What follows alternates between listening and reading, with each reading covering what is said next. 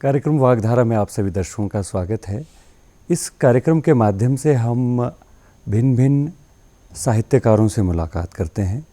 उनका किस तरह की पृष्ठभूमि रहती है, किस तरह का दृष्टिकोण रहता है, समाज में कौन सी बातें उभर रही हैं या कौन सी बातें अच्छी है, इन तमाम बातों पर अपनी लेखनी के माध्यम से वो उन बातों को उजागर करते हैं। तो ऐसे ही एक विषय को लेकर आज हम हाजिर हैं वागधारा कार्यक्रम में। लोक संस्कृति के संरक्षण में लोकगीतों की भूमिका, ये आज के कार्यक्रम का विषय है। और आज हमारे साथ एक कवि, कहानीकार, शोधार्थी, लोक कवि, तो उनसे मुलाकात करने वाले हैं। आप हैं दिलीप वशिष्ठ जी। आपका वागधारा कार्यक्रम में बहुत बहुत स्वागत है। आपकी बहुत सारी किताबें जो हैं उपलब्ध हैं, जिसमें कि अनंत प्रेम की वैदिक प्रार्थनाएं, ये दार्शनिक काव्य संग्रह है। और दूसरी आपकी एक अहम जो पुस्तक है वो है मेरा कर्म यहाँ लोक जीवन रचता है, ये भी एक काव्य संग्रह आपका है। और तीसरा कृपण दशा, जो कि भाषा वैज्ञानिक और साहित्य जो शास्त्र है उसकी परंपरा से जुड़ा हुआ है और ये एक लघु काव्य है। तो इस तरह से आपकी जो किताबें हैं, आपके दृष्टिकोण को और आपके अंतःकरण में जो बातें चलती रहती है वो आप उन किताबों के माध्यम से तमाम अपने पाठकों तक पहुंचाने की कोशिश करते हैं। तो आप जो हैं ज़िला सिरमौर से हैं, आपका गांव जो है घाटो, आपका डाकघर बड़ग, तहसील संगड़ार, श्री रेणुका जी से आप ताल्लुक़ रखते हैं। आपका कार्यक्रम में बहुत बहुत स्वागत है जी। सभी को राम राम। गौतम जी, आपने बहुत लंबा परिचय मेरा पढ़ लिया, पर सभी दर्शकों को बहुत बहुत धन्यवाद, आभार कि आज आपके समक्ष आप सबकी शुभकामनाओं से हूँ। और टीडी हिमाचल का भी बहुत बहुत आभार कि समय समय पर मुझे यहाँ आने का अवसर प्रदान करता है। सबसे पहले अब विषय पे ही बात करते हैं, क्योंकि विषय बहुत विस्तृत है जी, और कहीं भी इसकी कड़ी छूट ना पाए इसके लिए कोशिश करते हैं। तो सबसे पहले लोक संस्कृति को समझना बहुत ज़रूरी है। किस तरह से परिभाषित करेंगे? गौतम जी, कभी कभी हम क्या करते हैं कि कुछ विषयों को ऐसा लांग लपेट करते हैं जी कि वो आम जनमानस से बहुत बाहर चले जाते हैं। फिर हमें लगता है कि पता नहीं कितना बड़ा विषय है। बहुत साधारण से शब्दों में कहना चाह रहा हूँ जी, हमारे जीने की प्रक्रिया, जीने की प्रक्रिया के लिए हमारा पहनावा, खान पान, व्यवहार, संबंध, जी, उत्सव और शोक, ये सब वो भावाभिव्यंजनाएं हैं जो हमारे जीवन में रहती है। जी, इन सभी भावों को सुचारू रूप से, बहुत सरल तरीके से हम सरल जीवन के साथ कैसे जिए, ये जो परिपाटी है वो संस्कृति है। वाह, बहुत सिंपल सी बात है कि जो सबसे परिष्कृत पद्धति होती है वो संस्कृति कहलाती है। जी, उसमें ये भी होता है कि परंपराएं हमारे पास आती है और जाती है। देखना, परंपराएं कभी संस्कृति नहीं होती है। जैसे कभी परंपरा आई होगी बाल विवाह की, जी, फिर परंपरा आई होगी बीच में सती प्रथा की, जो महासती गाते हैं ना, क्योंकि लोकगीतों की आज हमने बात करनी है, तो वो सब परंपराएं बाद में छूटती रह गई। क्यों? क्योंकि संस्कृति अपने आप को परिष्कृत करती रहती है और बहुत सरल सा जीवन जीने के लिए वो एक रास्ता बनाती है। मतलब कहने का मतलब है कि जैसे जैसे समय बढ़ता रहा और युग बदलाव होता रहा, वहाँ कहीं ना कहीं इसमें भी फेरबदल रहता रहा, और जो पुष्ट बातें हैं वो आज तक कायम हैं। आज तक रहेगी। हाँ जी, जो पुष्ट है वो अब तक रहेगी, और जो छूट जानी चाहिए वो छूट जाती है। हाँ हाँ, यानी जो इस समाज के लिए अच्छा नहीं है, जो विकृति है समाज के लिए, वो घटता रहता है, लेकिन जो शाश्वत है वो सदैव रहने वाली बातें वही। और लोक संस्कृति में जो लोकगीत हैं, इसकी क्या पृष्ठभूमि है, इसको कैसे समझें?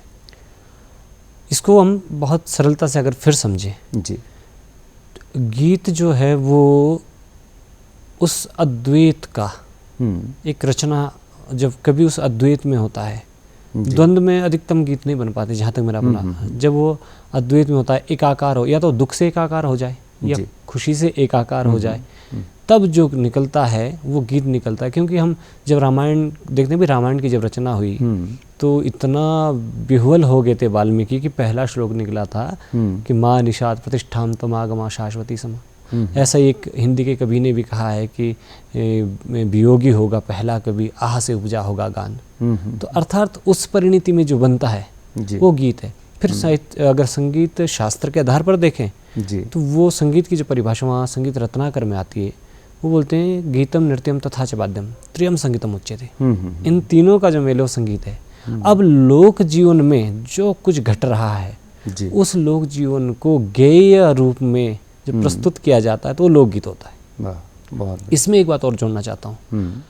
इसलिए कहना चाहता हूँ कि मेरे पास बहुत सारे शोधार्थी आते हैं कई बार, और वो कहते हैं कि जी हम जब लोकगीतों की परिभाषा या लोकगीतों को अपने एक्सपर्ट्स के सामने रखते हैं तो क्या होता है कि कभी कभी हमारे जो बड़े बड़े विशेषज्ञ लोग भी हैं वो लीक से हटना नहीं चाहते हैं जी। वो कहते हैं कि लोकगीत वही है जिनके ना हमें गीतकार का पता है, ना हमें उनके समय अवधि का पता है, और ना हमें उनकी उसकी परिणति का पता है, उसके इतिहास के बारे में एक पुष्ट जानकारी तो वो लोकगीत है। तो मैं कह रहा हूँ कि फिर जीवन कैसे बढ़ेगा, क्योंकि लोग कभी जो है वो तो होते रहे और होते रहेंगे। आज भी जो लोग लोक जीवन को लिख रहे हैं, जिसमें मेरे भी कुछ गीत आते हैं और भी बड़े नाम हैं, बहुत अच्छे अच्छे नए नाम हैं, तो उन्हें भी लोकगीत कहा जाता है जब वो लोक जीवन को प्रदर्शित कर रहे हैं उन्हीं मूल्यों के साथ जो मूल्य लोक को उजागर करते हैं। जी जी जी।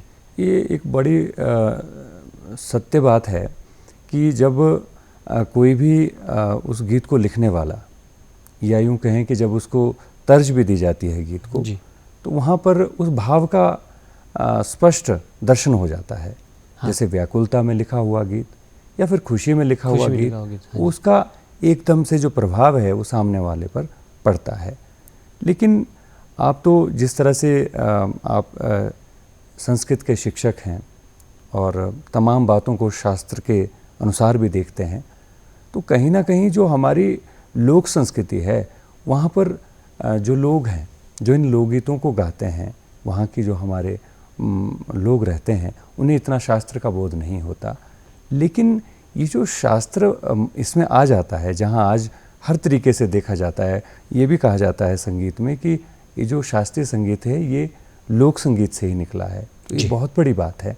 तो इसको कैसे जोड़ने की कोशिश? बहुत ही उपयोगी प्रश्न आपने किया है जी। हम प्रत्येक धारा को अलग अलग कब तक देखें? ये भी हम कह रहे हैं कि शास्त्र की उत्पत्ति लोक से है जी। तो जो लोक उसका जनक हुआ, शास्त्र उसकी उत्पत्ति है, तो लोक का पुट शास्त्र में रहेगा। और शास्त्र की उत्पत्ति क्यों हुई या शास्त्र की आवश्यकता क्यों हुई? इसीलिए कि हम जो त्याज्य हैं उसको हम छोड़ दें और जो ग्राह्य हैं उसको रख लें, इस बात को निर्धारित करता है शास्त्र जी। इसलिए फिर उसमें जो है, अच्छा अब हम शास्त्र को नहीं मानते, तो इसलिए अब हम देख रहे हैं कि वर्तमान में इतनी विकृतियां गीतों में आ रही है कि आप सुन तो रहे हैं, आप कर कुछ नहीं सकते, कारण कि आपने शास्त्र को मान्यता नहीं दी। तो शास्त्र कभी भी कोई परे की, लोक से परे की चीज़ नहीं है। वो लोक से ही, ऐसा समझिए कि जैसे वो दूध के बिगड़ने के बाद दही लस्सी हुई और उसके बाद वो जो नवनीत निकला, जो मक्खन निकला, वो शास्त्र है। तो शास्त्र को भी वैसे ही स्वीकारना चाहिए। अच्छा, फिर शास्त्र क्या है? शास्त्र जो है अध्ययन का विषय है जी। अगर शास्त्र ना बने तो भाषा नहीं बनेगी, शास्त्र ना बने तो संगीत की परिपाटियाँ नहीं बनेगी, शास्त्र ना बने तो समाज ही नहीं चलेगा। जितने भी नियम है वो शास्त्र के आधार पर ही है। अगर हम कानून की बात भी करें तो वो भी एक शास्त्र है जी, जो साधता है, शासन करता है, तो नियमों का शासन करता है, वो शास्त्र है। तो शास्त्र कभी भी लोक से पृथक नहीं है। हाँ, ये ठीक है कि शास्त्र में कुछ बारीकियां इतनी होती है कि वो फिर वहाँ स्वतंत्रता नहीं रह जाती है जो स्वतंत्रता लोक में होती है। फिर ये भी तो बात है ना इसमें कि अगर हम शास्त्र के हिसाब से चलते हैं तो उसकी लोक शास्त्रीय हैं जी, वो लोग हैं जो शिक्षाविद हैं, वो इसमें अनुसंधान कर रहे हैं। जैसे कि आपके भी बहुत सारे शोध हैं, आप उसमें बराबर उस विषय से जुड़े हुए हैं जी। कहाँ इन लोकगीतों के साथ छेड़छाड़ हो रही है, कौन सी बात मंच पर जानी चाहिए, कौन सा गीत होना चाहिए, क्या वो भाषा से युक्त है, उसमें कोई इस तरह का कोई शब्द ना हो जो कहीं ना कहीं हमारी संस्कृति को आहत कर रहा हो, तमाम बातें। लेकिन एक अहम जो प्रश्न है वो ये है कि इन लोकगीतों का संरक्षण कैसे हो? देखिए भाई साहब, संरक्षण करने के लिए ही शास्त्र बनता है, इस बात को तो स्वीकारना पड़ेगा जी, अन्यथा शास्त्र की आवश्यकता कोई नहीं थी। और इनको संरक्षण का अब जो प्रमाण है वो एक तो यही है कि जो पुराने हमारे लोकगीत हैं, एक तो बड़ी सामान्य सी बात है कि उनका लेखन होना चाहिए जी। लेखन पद्धति से उनको बचाना चाहिए, यथावत लेखन के साथ साथ उनके गायन पर। अब देखिए, अगर हम शास्त्र को ठुकरा दें तो सोचिए जो पहले से हमारे गायन आते आ रहे, देव गायन आते आ रहे हैं, या अभी हमारे जो दिवाली के जो गीत हमारे हार और हार रूले गाई जाती है, तो आप ये बताइए कि जब हमारे साथ जैसे मतलब पंजाब का संगीत हमें प्रभावित कर रहा है, हरियाणा का प्रभावित कर रहा है, और ये इतना प्रभावित कर रहा है कि जो हमारा जो मौलिक संगीत है उसको जब नए लड़के गाते हैं तो वो थोड़ा उस तरीके से गाना शुरू कर देते हैं। अब यहाँ शास्त्र की आवश्यकता आती है जी। यहाँ पर कोई ऐसा विशेषज्ञ जो हमारे पास, अगर मैं चाहूँ तो डॉक्टर सहगल जी का नाम अगर हम लें, बड़े सम्मान के साथ ले सकते हैं कि उन्होंने शास्त्र के साथ चलते चलते लोक संस्कृति के गीतों को बचाया है, तो वो सीखने की बात है, इसलिए शास्त्र की आवश्यकता आ जाती है, अन्यथा तो फिर विकृतियों के लिए कोई सीमा नहीं रह जाएगी। फिर यहाँ एक बात और भी तो स्पष्ट हो जाती है कि अगर शास्त्रीय संगीत को बढ़ाएं तो शायद उसको इतनी तवज्जो नहीं मिल पाती।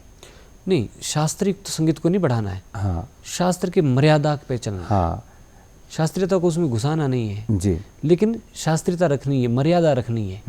कहीं ना कहीं तो मर्यादा हमें फिक्स करनी पड़ेगी, कौन सा शब्द गाना चाहिए, कौन सा नहीं गाना और चाहिए। फिर एक बात सीधी सीधी इसमें है कि अगर संस्कृति का संरक्षण करना है, इन लोगों का संवर्धन करना है, तो हमें अपनी मर्यादा में रहकर इसे बढ़ाना होगा जी। दूसरों के संगीत के साथ चलते चलते अपने संगीत को खराब नहीं करना है, क्योंकि जो शाश्वत जो गीत हैं, जो पौराणिक काल से चल रहे हैं, जिन्हें सभी गुनगुना रहे हैं, अगर उनको रखना है, उन्हें माहौल देना है, वातावरण देना है, तो शायद हमें उन लोगों के साथ चलना पड़ेगा जो शास्त्रीय बात करते हैं और जो मर्यादित बात करते हैं। इसमें एक बात और भी गौतम जी, इसकी आवश्यकता क्यों पड़ती है? इसकी आवश्यकता इसलिए भी पड़ती है क्योंकि जो लोकगीत है वो मात्र लोकगीत नहीं है, वो संस्कृति का संरक्षक भी है, जिस पर हम आज बात कर रहे हैं। किस प्रकार से वो लोक संस्कृति का संरक्षक है कि अगर हम मौलिकताओं को छोड़ते जाएं और हम नए, सिर्फ नए को ही ये सोचे कि हम नया कर रहे हैं तो बहुत बड़ा कर रहे हैं, तो हम पिछड़ जाएंगे। कैसे? मैं तो कुछ उदाहरण देना चाहता हूँ जी कि संस्कृति कैसे बचती है लोकगीतों में, जिस पर हम आज बात करने जा रहे थे। कि एक झुरी गाई जाती थी जी कि सानोड़ो बाई रे हालिया बाई आंदरे या आंदे अंगुली भरे रे आंदरे बारी भरे ने जांदे। मतलब उसने, अब देखिए ना, एक तो इसमें लोक संस्कृति जो हमारा कृषि विज्ञान है, हाँ, उसका पुट इसमें आ गया कि जब हल लगा, दो तरह से बाणा बोलते हैं हमारे ना, एक तो बोलते सानड़ो, एक बोलते उतुलू। उतुलू तो जो खुला फाट मारते हैं आप, सानड़ा जो बिल्कुल संकरा करके हल लगाया जाता है। तो वो उसको, अब वो जो प्रेमिका है उसको हिदायत भी दे रही है, देखिए व्यंग्य भी देखिए कि सानड़ो बाई रे हड़िया बाई अंदर या अंदरे, अर्थात हड़ से जब वो अंदर छूट जाती ना, जिस जगह अंतर जा रहा है, दोनों में जो अंतर रह जाता है दोनों, तो वो जब दोबारा पीछे को हल आ गया तो एक बार में तो वो आ जाएगी, अगर छूट गई तो फिर वो आती ही नहीं है, फिर वो रह जाती है। और उसी बात को व्यंग्य में भी कह रही है कि आंगुली भरे रे अंदरे, अर्थात तुम अगर प्रेम भी निभा रहे हो तो इतनी सघनता से निभाओ कि अगर कहीं पुट आ गया, कहीं द्वेष आ गया, कहीं दोष आ गया, तो वो जो रहता ना एक गांठ पड़ जाती है, वो जीवन भर नहीं फिर खुलती है। तो दूसरा मैं एक उदाहरण और रखना चाह रहा हूँ। अभी मैंने कुछ गीतों को, कुछ गायकों को सुना, गीतों को नहीं जी। एक झुरी बहुत प्यारी गाई जाती थी कि काटी लोनी कुकड़ी लाए लोने गोरे। अब वो जो हमारे नए कह रहे हैं कि शास्त्र को नहीं, तब वो क्या बोल रहे हैं, काटी लोनी कुकड़ी लाई लोने घोरे। अब इससे नुकसान क्या हुआ, मैं वही बता रहा हूँ आपको, इससे हानि क्या हुई? गाने में तो कोई हानि नहीं हुई, गोरे की जगह उसने घोरे बोल देता है, समझ लिया कि घर लगा दी। लेकिन कृषि विज्ञान की जो परंपरा वहाँ थी वो तो खत्म हो गई कि मक्की जब काटी जाती थी तो उसके गोरे लगाए थे। गोरे मतलब गुच्छे में ढेर लगा कर मक्खियों को रखा जाता था। और वो किस लिए रखा जाता था कि अगर कोई कच्ची भी है मक्की तो 5-7 दिन में वो पक जाती थी। हाँ जी, वो नहीं तो अच्छा घर में आप काट के रखेंगे तो ह्यूमिडिटी रहेगी अंदर, उसमें अंकुर आने शुरू हो जाते हैं, खराब हो जाती है मक्की। तो ये कृषि विज्ञान वैसे भी इसकी सार्थकता नहीं बन रही है। हाँ, सार्थकता भी नहीं बन रही है कि जैसे कि अगर कुकड़ी काटनी है और लाई लोने घोरे, मतलब वो वहाँ भी कोई इतनी इसकी सार्थकता, वो तो जब निकाल देते हैं सुखाने के लिए रखा जाता है तो फिर माने जा सकते हैं कि वो बात वहाँ संदर्भित कर रही है। तो ये पूरा अच्छा, अगर अब किसने बचाया, ये लोकगीत ने बचाया जी। अन्यथा तो अब तो नए नए तरीके आ रहे हैं, पर कृषि विज्ञान की इस पद्धति को किसने बचाया? लोकगीत ने बचाया जी। एक और को मैंने सुना कि संदर्भ कैसे बदले जाते हैं कि पाए बोलो माशोरे दुकान पापुलाला भाटोरे बेदिया। हाँ हाँ इन नए गायक गा रहे हैं। हाँ हाँ अब आप ये सोचिए कि ऐसा कौन सा लाला होगा जो माश मतलब माह की दुकान करेगा। इतने कितने माश भाई। हाँ हाँ असल क्या है, हमारे एक जगह है लाना मशहूर, जी जी जी, पाए बोलो मशहूर ही दुकान, लाना मशहूर में उसने दुकान डाली। पुराना मतलब वो जगह का नाम है लाना मशहूर।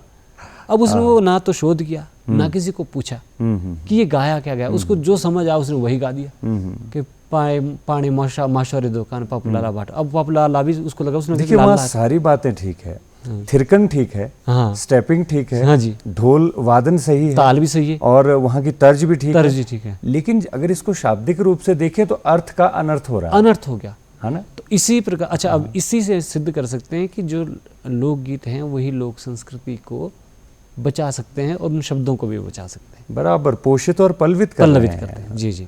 अच्छा, ये जो लोकगीतों में परिवर्तन देखा जाता है समय अनुसार, ये किस सीमा तक ग्राह्य है, कब तक इसको हम स्वीकार कर सकते हैं? देखिए भाई साहब, अब फिर वही बात आ जाती है कि जो ग्राह्यता है ना वो अपने आप बन जाती है। मैं एक और उदाहरण दूंगा, मैं सिर्फ परिभाषाओं में बात नहीं करूंगा। जी जी। स्कूल शब्द इंग्लिश का है, ठीक है ना जी, और वो हिंदी में आया, वहाँ से पहाड़ी में आया और वो इस तरह से स्वीकारा गया कि अब वो महसूस नहीं होता। क्योंकि अब एक बहुत सुंदर गीत सिरमौरी में आता है कि कोटे रे ना सोकुलो दे तुम्हें मोर ले लाए रे हारे मास्टारा पति रामा सोकुलो दे, है ना। जी जी। अब वो ये ग्राह्य हो गया है।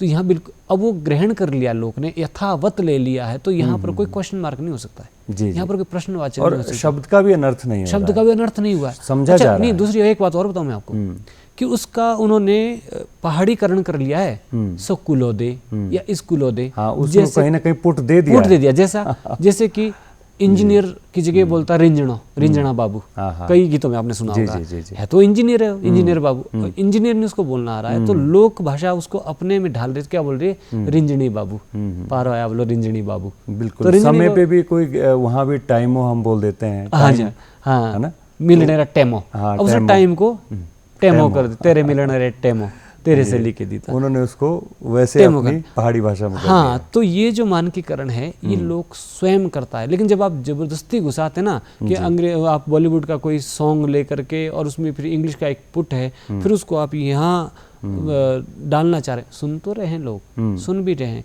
लेकिन ग्राह्य है कि नहीं है लोक संस्कृति की दृष्टि से, लोक भाषा की दृष्टि से ग्राह्य है कि नहीं है। तो ग्राह्यता को समझना ये बहुत ही अध्ययन का विषय रहता है। जी जी जी। तो इस परिवर्तन को स्वीकारा जा सकता है, लेकिन इस परिवर्तन को नहीं स्वीकारा मतलब सीधी सी बात है, एक बूंद बूंद आ रही है, एक लहर आ रही है और वो समा रही है एक जगह। एक जो इतना बड़ा ओला गिर गया, एक इतना बड़ा पत्थर गिर जाए तो थपाक से पानी बाहर को गिर जाए, तो वो जो धमाका होता है ना वो स्वीकार्य नहीं होता है। जी जी। स्वतः कुछ मिल जाए तो वो ठीक है, यानी हर चीज़ की एक मर्यादा है।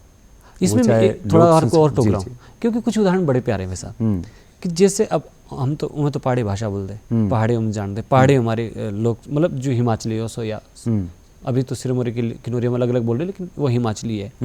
अब देखिए स्वीकार्यता कैसे होती है, ब्रह्मानंद के भजनों को जी पहाड़ी में कितने अच्छे से गाया जाता है।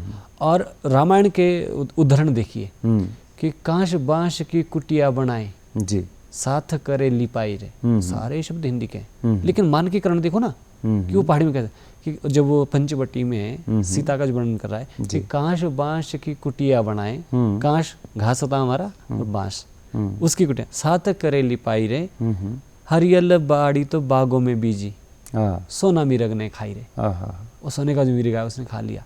सारे शब्द हिंदी के, लेकिन मानकीकरण कहाँ का हुआ जी, पहाड़ी का। इसको स्वीकार्यता बोलते हैं जी। इसमें जो मतलब स्वतः जो मिल जाए वो है। और हमें ये भी हमेशा ध्यान रखना है कि हमारी जो लोक संस्कृति है उसे अगर विश्व स्तर पर हम देखें तो पहचान हमारी जो ठेठ भाषा है, ठेठ जो हमारा संगीत है, उससे ही उसका मानकीकरण होता है, क्योंकि वो एक हमारी एक ऐसी सच्चाई है जिस पर हम चलते आ रहे हैं। लेकिन समय के अनुसार बदलाव हुआ, सबने अपने अपने हिसाब से अनुसंधान किया। आप भी लोकगीत लिखते हैं, लेकिन इन मर्यादाओं का हमेशा आप ध्यान रखते हैं।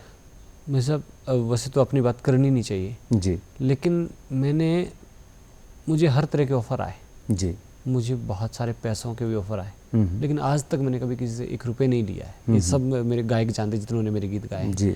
किस लिए नहीं लिया? क्योंकि उस रुपया के लालच में आकर के जब कोई मुझे रुपये दे देगा ना तो शायद वो लिखवाएगा भी अपने तरीके से। अभी मैं किसी से कुछ नहीं लेता हूँ तो मैं अपनी शर्तों पर लिखता हूँ, और इस शर्त पर लिखता हूँ कि उसमें लोक संस्कृति का पुट रहे जी। और जो हमारी धुनों का जो चलन है वो पहाड़ी धुनों का चलन उनमें रहे, माधुर्यता उसमें रहे। अब मेरे गीतों को 2 लोग सुने या 2 लाख सुने, उससे मुझे ज़्यादा अंतर नहीं आता है। जी जी। तो ये भी बात। अच्छा, एक और बात कहनी थी साहब, बीच में आपने एक बहुत अच्छा बिंदु बोला था कि लोग, मतलब अगर हम अंतर्राष्ट्रीय स्तर की बात करें, अंतर्राष्ट्रीय स्तर पर पहचान हमारी उससे नहीं होगी कि हम वहाँ के स्टैंडर्ड को लें, बल्कि अपने स्टैंडर्ड को वहाँ रखें, तब पहचान होगी। आज तो ग्लोबलाइजेशन इतना बड़ा है कि कोलंबिया में जो पहाड़ी नाटी नाची जा रही है, ऑस्ट्रेलिया में नाची जा रही है, हमारे गायक जो अच्छे अच्छे गायक हो उनकी नाटियों को वहाँ नाचा जा रहा है। उन्हीं वही तालें बज रही है, वही शब्द हैं, वही गीत हैं। तो आपको स्वीकार्य, अपनी स्वीकार्यता कराने के लिए अलग होने की आवश्यकता है। मुझे जगदीश गौतम होने की आवश्यकता नहीं है। मुझे दलीय विशिष्ट रहने की ही जरूरत है, तभी मेरी पहचान हो पाएगी। जी जी। और ऐसा देखा भी गया है कि बहुत सारे जो अनुसंधान है, आपने जैसे अभी बात की कि बाहर के लोग यानी विदेशों के लोग हमारी लोक संस्कृति पर शोध कर रहे हैं जी। वो यहाँ के गीत अभी एक हम देख रहे थे कि गढ़वाल का कोई गीत जो है वो एक विदेशी जो है वो किस तरह से, और वो जब वो उस गीत को गा रहा है ना तो उसका कोई बैकग्राउंड यहाँ का है, लेकिन उसने कुछ वर्षों यहाँ काम किया तो यहाँ की संस्कृति में जब वो रचा बसा तो स्वतः ही वो उसमें ढल गया जी। तो इससे ये लगता है कि यहाँ पर हर बात की संभावना है, लेकिन उसको हमें देखना पड़ेगा। तो एक बात और चलती है कि लोकगीत जो है, लोक भाषा का संवर्धन और इसका प्रचार प्रसार कैसे करते हैं?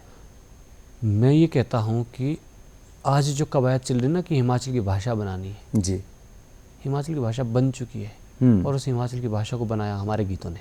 जी। गीत लोक भाषा का सबसे सशक्त माध्यम है, उससे बड़ा कोई माध्यम नहीं है।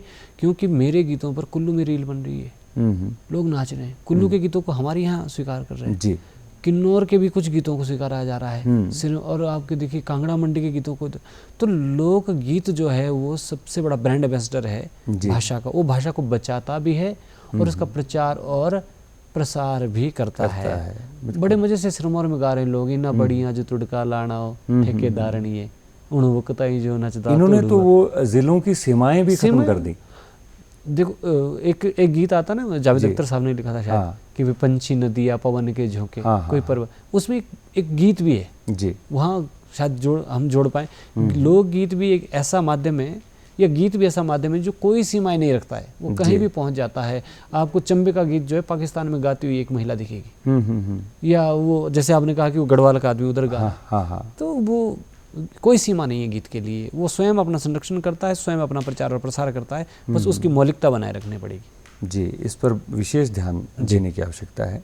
तो ये जो वर्तमान लोक संगीत है, ये आम जनमानस पर किस तरह से अपना प्रभाव छोड़ रहा है, क्या अनुभव कर रहे हैं आप? ये मैं आपको ठीक उदाहरण दूं जी। अंततः तो जो मौलिक गीत है, मौलिक शब्द रचना है, मौलिक धुनें हैं, स्वीकार्यता तो उनकी ही होती है। ये जो बीच में आते हैं ना, इतने शान जैसे हमारे एक बोल देना जे गरम लोएरा तड़का जश, एक घड़ी तो कुछ महीने, 1.5 महीने, 2 महीने लोग नाचते हैं, खूब एंजॉय करते हैं, क्योंकि अब समय भी ऐसा हो गया कि हर चीज़ इंस्टेंट होगी। मतलब रील 25-15 सेकंड में देखनी है, 20 सेकंड में देखनी है, तो लोगों को ऐसा चीज़ जो धक से लग करके वो नाचने शुरू हो जाए, उनको एंजॉय करना है घड़ी के लिए। लेकिन जब वो शांति के लिए, नींद के लिए और उन भावों में जब उतरना चाहते हैं ना, जब कुछ घट जाता है जीवन में, तब वो उसी संगीत को सुनते हैं जो हमारे कहीं ना कहीं ठहरा अच्छे लोगों ने बनाया है, या हमने कोशिश की बनाने की। जी। तो फिर उसको ही सुना जाता है, अंततः तो उसी को ही स्वीकारता मिलती है। तो इसमें संदेश क्या बनता है? संदेश ये बनता है कि अगर आपने क्षणिक जी अपना वर्चस्व रखना है तो आप जो मर्जी करो जी, लेकिन अगर आप चाहते हैं कि आप एक ऐसा योगदान कर पाएं जो वर्षों तक याद रखा जाए, तब आपको मौलिकता के साथ जुड़ना ही पड़ेगा। जी, नए कलाकार, अच्छा क्योंकि आजकल पता है बात क्या आ रही है जी, सबसे बड़ी बात आ रही है कि नए कलाकार ये कह रहे हैं, उनका कहना सही भी है कि इस तरह के गीत बनाने से हमें कमाई मिल रही है, चाहे सोशल मीडिया के माध्यम से मिल रही है, मंच पर भी उनको ही बुलाया जा रहा है जी, और उनको अच्छा पैसा भी मिल रहा है। अब ये जो पैसे की कड़ी बीच में आ जाती है और खासकर उस व्यक्ति के लिए जिसके पास रोजगार नहीं है, जी, तो कहीं ना कहीं वो अपने आप को सही सिद्ध करता भी है। तो क्या करें उस धनोपार्जन के लिए अपनी संस्कृति का हम इस तरह से दोहन करें? ये नैतिकता की बात है और ये नैतिकता पढ़ानी हमने छोड़ दी है। जी, क्योंकि नैतिकता तो ये बोलती है कि मैं भूखा रहूंगा पर मैं ऐसा नहीं करूंगा। जी, नैतिकता ये थी, पर वो नैतिक मूल्य हमने पढ़ाने छोड़ दिए हैं और हमारी पद्धति में भी नहीं रहे। जी, और अब तो ये रहा है कि घर में माँ बाप के सामने बच्चे बैठते भी नहीं हैं। जी, अब उनकी अपनी दुनिया हो गई, अपने कमरे हो गए हैं। तो इस नैतिकता को दोबारा से डालने के लिए तो एक शैक्षिक स्तर पे भी हमें बड़ा काम करना पड़ेगा। जी, जी, जी, ये दृढ़ता जो थी ना पहले हमारे वीरों में थी, चाहे हम शिवाजी हाँ, महाराज वो की कट बात जाते करें, थे लेकिन वो हाँ, इसको बात झुकते करें, नहीं थे। जी, गलत नहीं स्वीकार करना, चाहे कुछ भी हो जाए। शिवाजी महाराज को कितने प्रलोभन दिए गए पर नहीं, जी, एक नहीं स्वीकारा। तो ये बात जिस दिन हमारे इस नवयुवा वर्ग के अंदर आ जाएगी जो समझता है कि नहीं, नाम मिल रहा है, पैसा मिल रहा है। कईयों ने तो मुझसे बात की और मैं बात करता हूँ, कहते हैं कि शुरू में उन्होंने अश्लील वीडियोस बनाए, किस लिए बनाए? नहीं, लोगों तक पहुँचे, उसके बाद फिर हम ठीक काम करेंगे। मतलब ये क्या जरिया, ये क्या तरीका हुआ? मतलब अगर अच्छा करना है तो पहले कुछ बुरा कर दो। ये सीधी सीधी बात ये है दिलीप विशिष्ट जी, जो हम देख रहे हैं, सुन रहे हैं, आपकी तमाम बातों से हमने जो लगाया उसमें यही है कि अगर हमें अपनी लोक संस्कृति का संरक्षण करना है, लोकगीतों का संरक्षण करना है, तो जो इसकी मौलिकता है उसको कहीं भी हमें क्षीण नहीं करना है। अगर हम उसको कहीं ना कहीं कम करते हैं तो फिर ये हमारे लिए सदैव ही घातक रहेगा। इससे एक और घातक पता क्या? बिल्कुल, हम इस बात पर जा रहे हैं जी कि आज के इस कार्यक्रम में आपने बहुत अच्छी बातें रखी, जिससे आज का हमारा ये जो विषय है ये पुष्ट हो गया है। क्योंकि लोक संस्कृति के संरक्षण में लोकगीतों की भूमिका बहुत अहम है, जिन्होंने इसको बराबर जो है संरक्षित किया है। फिलहाल आज के इस कार्यक्रम में आपने बहुत सारी बातें बताई, उसके लिए तमाम जितने भी दर्शक इस कार्यक्रम को देख रहे होंगे उन्होंने भी अनुभव किया हुआ। फिलहाल आप इस कार्यक्रम में आए, इसके लिए आपका बहुत धन्यवाद। बहुत बहुत धन्यवाद, आपने मुझे समय दिया और इस विषय को चुना। जी, इसके लिए भी आप बहुत बहुत आभार के पात्र हैं। जी, कार्यक्रम वागधारा में आज हमने लोक संस्कृति के संरक्षण में लोकगीतों की क्या भूमिका है, इस विषय पर बहुत लंबी चर्चा की, जिसमें बहुत सारे बिंदु सामने आए। फिलहाल अगले कार्यक्रम में एक अन्य विषय के साथ आपके साथ हम जुड़ेंगे। तब तक के लिए आज्ञा दीजिए। नमस्कार।